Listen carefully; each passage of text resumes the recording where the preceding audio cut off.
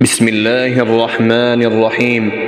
تبارك الذي بيده الملك وهو على كل شيء قدير، الذي خلق الموت والحياة ليبلوكم أيكم أحسن عملا، وهو العزيز الغفور، الذي خلق 7 سماوات طباقا، ما ترى في خلق الرحمن من تفاوت، فارجع البصر هل ترى من فطور، ثم ارجع البصر كرتين ينقلب إليك البصر خاسئا وهو حسير، ولقد زينا السماء الدنيا بمصابيح وجعلناها رجوما للشياطين وأعتدنا لهم عذاب السعير، وللذين كفروا بربهم عذاب جهنم وبئس المصير.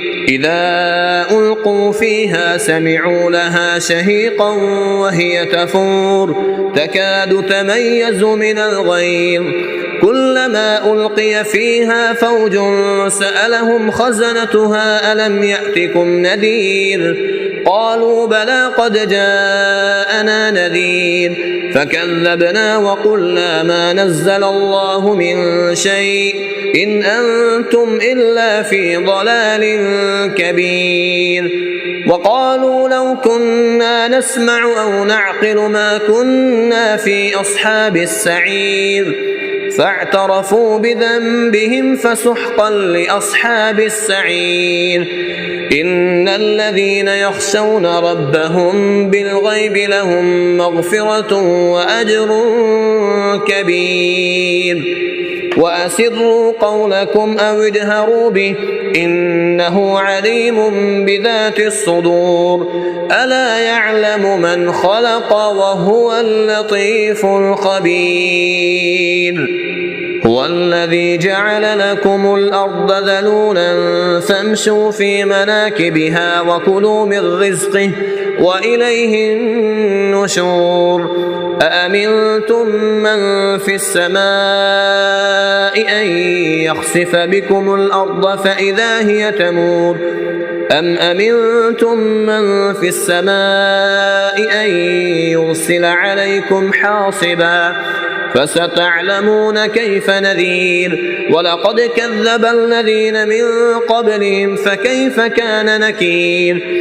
أولم يروا إلى الطير فوقهم صافات ويقبضن ما يمسكهن إلا الرحمن إنه بكل شيء بصير. أمن هذا الذي هو جند لكم ينصركم من دون الرحمن إن الكافرون إلا في غرور. أمن هذا الذي يرزقكم إن أمسك رزقه بل لجوا في عتو ونفور. أفمن يمشي مكبا على وجهه أهدى أمن يمشي سويا على صراط مستقيم. قل هو الذي أنشأكم وجعل لكم السمع والأبصار والأفئدة قليلا ما تشكرون. قل هو الذي ذرأكم في الأرض وإليه تحشرون. ويقولون متى هذا الوعد إن كنتم صادقين. قل إنما العلم عند الله وإنما أنا نذير مبين.